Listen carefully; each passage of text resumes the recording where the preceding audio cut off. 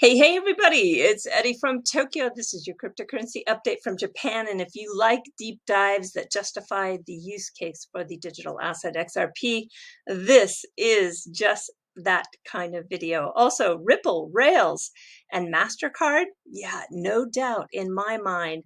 Also, a new clip I found of Hinman.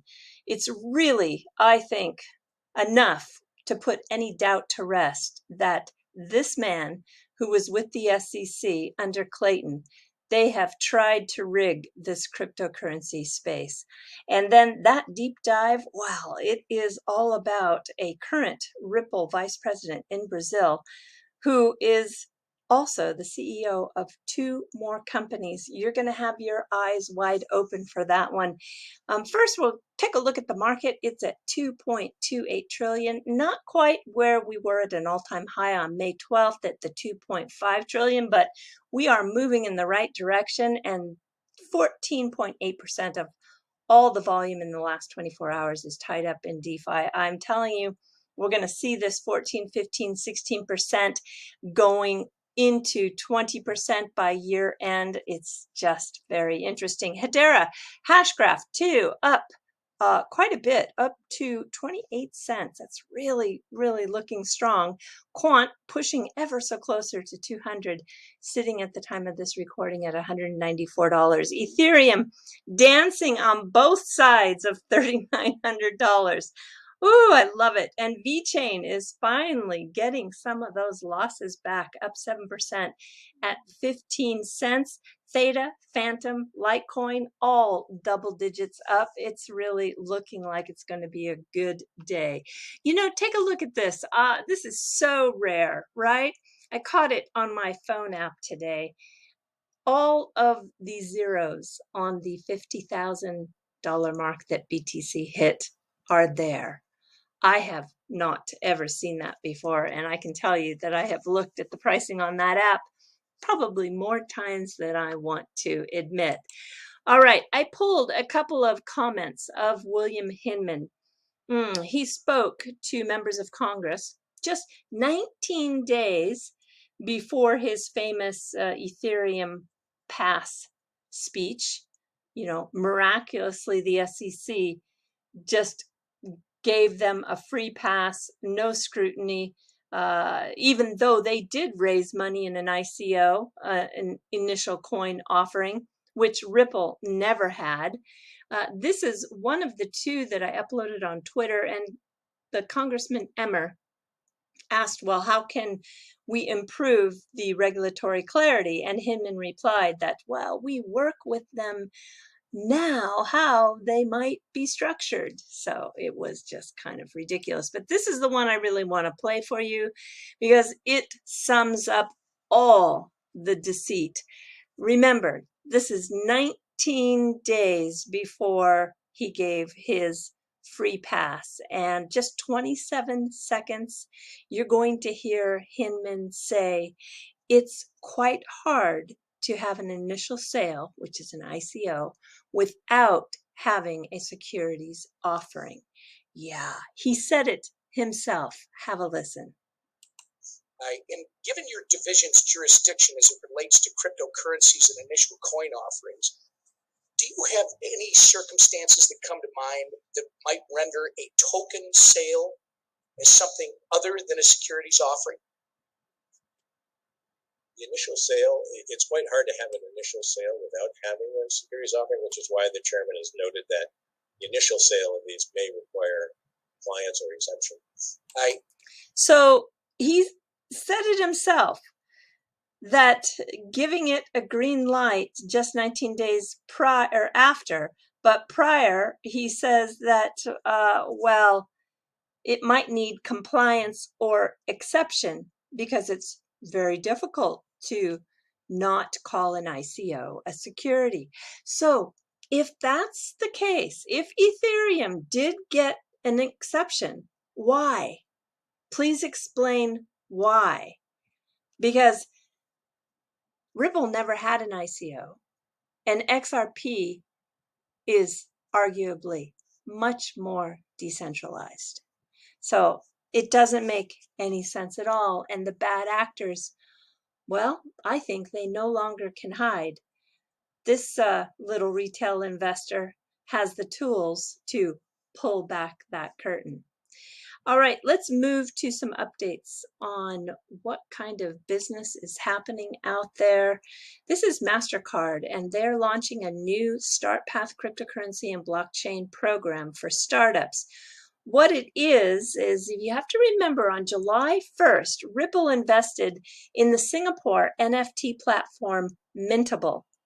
And you may have wondered, well, why are they doing that? Because the XRP ledger is in the preparing stages for being able to mint NFTs, and then we've got XRP Labs, which is Wietse Wind in the Netherlands, who is always coming up with very innovative solutions on XRP ledger. He is working towards that same mintable NFT, and then we have Flare, who is also going to launch and have a fabulous NFT platform. So I think I know what the reason was for them to make that investment, because you can see here that they are starting an engagement program dedicated to supporting fast-growing digital asset, blockchain, and cryptocurrency companies. 7 startups, just 7, are going to join this program thus far, and Mintable and Uphold are 2 of the 7. So Mastercard is seeking to expand and accelerate innovation around digital asset technology and make it safer and easier for people and institutions to buy, spend, buy, those are payments, everybody, and hold cryptocurrencies and digital assets. And the interesting thing is that I did tweet this out and I got a like from Mintable. So I think it's not too far to say, are the Ripple Rails involved here? I think so. There are not a lot of coincidences. And the next share is really super interesting. This is, let's see if I can move myself over, Luis Antonio Sacco. He is the Vice President of Latin America for Ripple, and he's been in that position since 2019.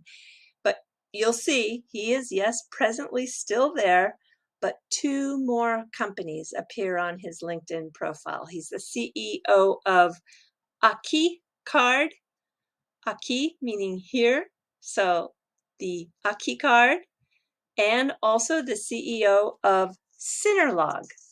So what in the world is going on? Well, Aqui Card is like the Uphold card, which is put out with Mastercard as a partner. And the reason why I say that is because take a look at this.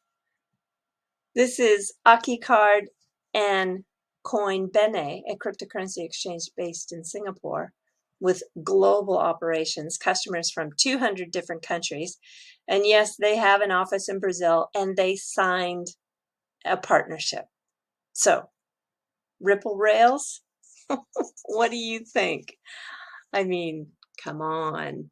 And then when we take a look at Cinelog, this is a fast-track solution, expertise to clear customs in hours, not days or weeks. And it's done with this clearance. It's a pre-clearance cargo that arrives validated and duties paid. Yes, and merchandise paid. That equals payments, guys. From U.S. With Spain, China to Brazil. So when you take a look at Synerlog in more detail, they are a payment gateway. Their payment gateway enables the e-commerce to accept all forms of payment currently used in Brazil, such as a direct payment, credit card payments, plans like bank slips, and all cleared and guaranteed. So e-commerce buyers in Brazil can order online and receive those goods, and they get it in a matter of days instead of weeks, because there's 85 weekly flights between Miami and cities in Brazil. Brazil has been notorious for being a very difficult place to ship to, not only just because of logistics, but the package requirements have been super restrictive with the inspections, and this rigorous procedure that they've had has always caused delays. Now, in 2020, there were 51 million small packages shipped in the cross-border corridor. That's a lot of packages, and the volume is expected to grow 12% in 2022. Now, the most intriguing part of this solution is at the 5-minute 50-second mark, 56th second mark. We see that there is an explanation for how to use the API integration with Amazon.